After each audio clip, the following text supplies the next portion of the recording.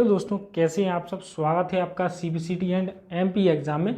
जैसा कि हमने आप लोगों को बोला था कंप्यूटर की क्लास में जो सीबीसीटी के लिए और ऑल एग्ज़ाम के लिए जिसमें कंप्यूटर पूछा जाता है उसके लिए चल रही थी, तो उसमें हमने आप लोगों के लिए कहा था कि जो हमारी क्लास रहेगी हम आप लोगों के लिए हिंदी की भी क्लास लेकर आएंगे। तो चलिए जो आज की हमारी क्लास है जो पटवारी के लिए है बहुत ही इंपॉर्टेंट और शानदार क्लास ये होने वाली है आप लोगों के लिए। तो चलिए आज की क्लास देखते हैं अपनी हिंदी की। सबसे पहले जान लेते हैं भाषा। भाषा वह शब्द होता है जो संस्कृत भाषा के धातु से लिया गया है। किससे लिया गया है? भाषा वह शब्द है जो संस्कृत के किससे लिया गया है? वास धातु से लिया गया है, जिसका अर्थ होता है बोलना अथवा कहना और वाणी द्वारा व्यक्त करना। अर्थात हम यह कह सकते हैं कि भाषा वह साधन है जिसके द्वारा मनुष्य अपने विचारों को आदान प्रदान करता है। ठीक है, इसी प्रकार आगे बढ़ते हुए आप लोग समझ गए हो कि भाषा जो शब्द है वो संस्कृत के भाष धातु से लिया गया है और भाषा का जो अर्थ होता है बोलना, कहना और वाणी द्वारा व्यक्त करना। अर्थात भाषा वह साधन होता है जिसके द्वारा हम या मनुष्य अपने विचारों का आदान प्रदान करता है। चलिए आगे की ओर बढ़ते हैं। तो यहाँ पर कामता प्रसाद गुरु जी के अनुसार जो कहा गया है वो पढ़ लेते हैं कि भाषा वह साधन है जिसके द्वारा मनुष्य अपने विचारों को दूसरे के सामने भलीभांति रूप से प्रकट कर सकता है। तो भाषा ही एक ऐसी इकाई है या प्रणाली बोल सकते हैं उसको, जिसके द्वारा मनुष्य अपने विचारों का आदान प्रदान कर सकता है और दूसरे के सामने अपनी बात को भलीभांति रूप से व्यक्त कर सकता है। तो आप लोग समझ गए होंगे कि भाषा क्या है। भाषा वह है जो संस्कृत के भाष धातु से लिया गया है। बोलना अथवा कहना, वाणी द्वारा व्यक्त करना। दूसरे शब्दों में हम कह सकते हैं कि भाषा वह शब्द है भाषा वह साधन है जिसके द्वारा मनुष्य अपने विचारों का आदान प्रदान करता है। और कामता प्रसाद जो गुरुजी हैं उनके अनुसार भी कहा गया है कि भाषा वह साधन है जिसके द्वारा मनुष्य अपने विचारों को दूसरे के सामने भलीभांति रूप से प्रकट कर सकता है। चलिए चलते हैं अगले नेक्स्ट हेडिंग की तरफ कि मौखिक भाषा क्या होती है। तो जो हमारी भाषा है मौखिक भाषा का वह रूप है जिसमें वाणी या ध्वनि के द्वारा विचारों का आदान प्रदान होता है। किसके द्वारा? भाषा वह रूप है जिसमें वाणी या ध्वनि के द्वारा विचारों का आदान प्रदान होता है। अब अगली जो हेडिंग है वो क्या है? लिखित भाषा। भाषा का वह रूप जिसमें वाणी या ध्वनि को संकेतों द्वारा व्यक्त किया जाता है। देखो जो मौखिक भाषा होती है उसमें मनुष्य या व्यक्ति क्या करता है? वाणी या ध्वनि के द्वारा विचारों का आदान प्रदान करता है। लिखित भाषा वो होती है कि कोई निश्चित संकेत दिए गए हैं, उन संकेतों के द्वारा अपने विचारों को स्पष्ट करना या लिखना। जो ध्वनि या संकेत हैं वाणी या ध्वनि है उनको संकेतों के रूप में व्यक्त करना लिखित भाषा कही जाती है। तो आप लोग समझ गए हो कि मौखिक भाषा और लिखित भाषा में अंतर। भाषा की थोड़ी सी हेडिंग थी कामता प्रसाद गुरु जी के अनुसार, हमने बताया कि उन्होंने क्या कहा। तो चलते हैं आगे की ओर बढ़ते हैं। आप बोलेंगे जो हमारी लिपि है वो क्या कहलाती है? मौखिक ध्वनियों को एक निश्चित चिन्हों के द्वारा व्यक्त किया जाता है। किसके द्वारा? जो हमारी मौखिक ध्वनियाँ हैं उनको एक निश्चित चिन्हों के द्वारा व्यक्त किया जाता है। अर्थात मौखिक ध्वनियों को लिखित रूप में अपनाई गई व्यवस्था क्या कहलाती है? लिपि कहलाती है। समझ गए होंगे आप लोग कि मौखिक ध्वनियों को एक निश्चित चिन्हों के द्वारा व्यक्त किया जाना, अर्थात मौखिक ध्वनियों को लिखित रूप में अपनाई गई व्यवस्था। जो हमारी मौखिक ध्वनियाँ हैं उनके लिए जो लिखित रूप में अपनाई गई व्यवस्था है वो क्या कहलाती है? लिपि कहलाती है। तो यहाँ पर अभी हमने क्या क्या पढ़ा वो एक बार फिर से देख लेते हैं ताकि आप लोग अच्छे से समझ जाएं उसके बारे में कि भाषा वह शब्द है जो संस्कृत के भाष धातु से लिया गया है, जिसका अर्थ होता है बोलना, कहना और वाणी द्वारा व्यक्त करना। अर्थात भाषा वह साधन है जिसके द्वारा मनुष्य अपने विचारों का आदान प्रदान कर सकता है। कामता प्रसाद गुरुजी के अनुसार ये कहा गया है कि भाषा वह साधन है जिसके द्वारा मनुष्य अपने विचारों को दूसरे के सामने भलीभांति रूप से प्रकट कर सकता है। आगे की ओर चलते हैं। आगे क्या कहा था हमने कि मौखिक भाषा।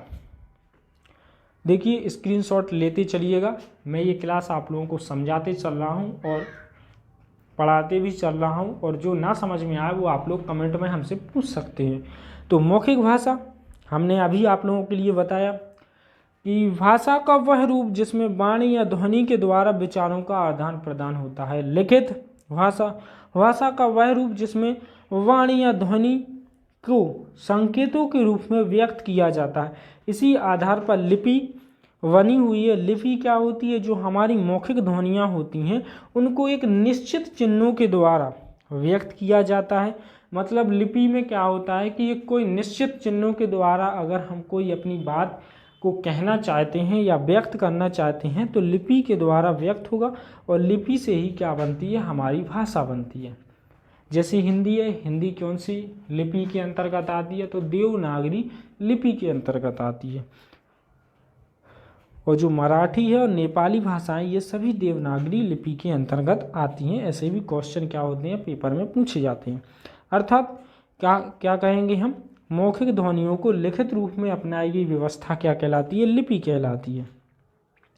ठीक है, आगे की ओर चलते हैं। हिंदी फारसी भाषा का शब्द है। जो हमारा हिंदी है, हिंदी शब्द है, वो फारसी भाषा का शब्द है। आधुनिक हिंदी का विकास वैदिक संस्कृत 1500 ईसा पूर्व से 1000 ईसा पूर्व तक। और संविधान के अनुच्छेद 343 भाग 1 में हिंदी को राजभाषा का क्या किया गया? दर्जा दिया गया। चलते हैं आगे की ओर। अगली जो हमारी हेडिंग क्या है इसको भी नोट कर लीजिएगा आप लोग कि संविधान के अनुच्छेद 343 भाग 1 में हिंदी को क्या दिया गया है? राजभाषा का दर्जा दिया है। तो अभी हमने आप लोगों के लिए क्या बताया? भाषा के बारे में बताया। कामता प्रसाद गुरुजी के अनुसार भाषा की परिभाषा बताई, के अनुसार हमने भाषा की जो परिभाषा है वो देख ली। फिर इसके बाद हमने मौखिक भाषा के रूप में बताया, फिर लिखित भाषा के बारे में बताया, और यहाँ तक कि फिर लिपि के बारे में बताया कि लिपि क्या कहलाती है। तो इसी के साथ साथ आगे जो हमारा हिंदी शब्द है वो फारसी भाषा का क्या है? एक शब्द लिया गया, फारसी भाषा से लिया गया है। और आगे हम ये देखेंगे कि संविधान के अनुच्छेद 343 भाग 1 में जो हमारी हिंदी है इसको राजभाषा का दर्जा दिया गया। आगे पढ़ते हैं विचारों का संयोजन या फिर रचना। तो विचारों के संयोजन का क्रम कैसे होता है? जो हमारे विचार होते हैं उनका क्रम, सबसे पहले ध्वनि आएगी, फिर शब्द बनेगा, फिर उसके बाद हम वाक्य को बना पाएंगे। तो विचारों का जो संयोजन होता है और रचना होती है वो सबसे पहले ध्वनि, फिर इसके बाद शब्द, फिर इसके बाद वाक्य। तो आगे की ओर चलते हैं। मौखिक भाषा में विचारों को ध्वनि समूह के रूप में व्यक्त किया जाता है। क्या लिखा गया है यहाँ पर कि जो मौखिक भाषा है उसमें विचारों को ध्वनि समूह के रूप में व्यक्त किया जाता है। मौखिक भाषा में विचारों को, जो मौखिक भाषा है उसमें अपने विचारों को ध्वनि समूह के रूप में व्यक्त किया जाता है। आगे की ओर चलते हैं। वर्ण दिया गया है। वर्ण सबसे छोटी और अविभाज्य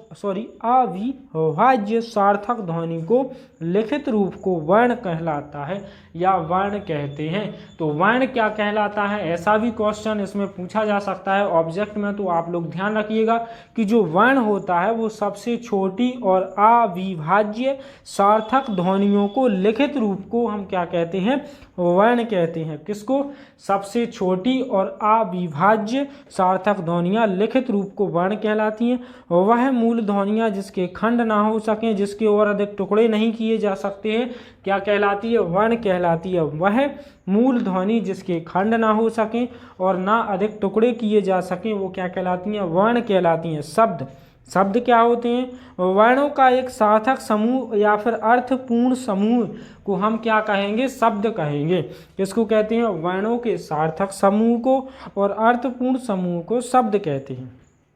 ठीक है, तो वह मूल ध्वनियाँ जिसके खंड ना हो सकें, जिसके और अधिक टुकड़े नहीं किए जा सकते हैं, वो क्या कहलाती हैं?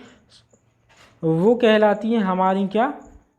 वर्ण कहलाती हैं। शब्द वो कहलाते हैं वर्णों का सार्थक समूह या अर्थपूर्ण समूह को हम शब्द कहते हैं। जैसे कि आम, औरत, मेज, टेबल, फैन मतलब पंखा इत्यादि।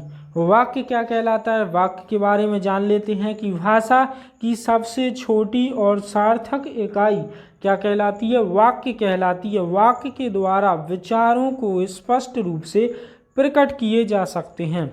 वर्ण विचार मूल सबसे छोटी लघुत्तम सार्थक ध्वनि या मानक ध्वनि का लिखित रूप क्या कहलाती है? वर्ण विचार कहलाते हैं। वर्ण विचार क्या होते हैं? मूल या फिर सबसे छोटी लघुत्तम सार्थक ध्वनि या मानक ध्वनियों का लिखित रूप क्या कहलाती है? वर्ण विचार होता है। वर्णमाला, वर्णों के व्यवस्थित समूह को हम वर्णमाला कहते हैं। सबसे पहले वर्ण आएगा, फिर इसके बाद अक्षर, फिर इसके बाद शब्द, इसके बाद वाक्य, इसके बाद भाषा।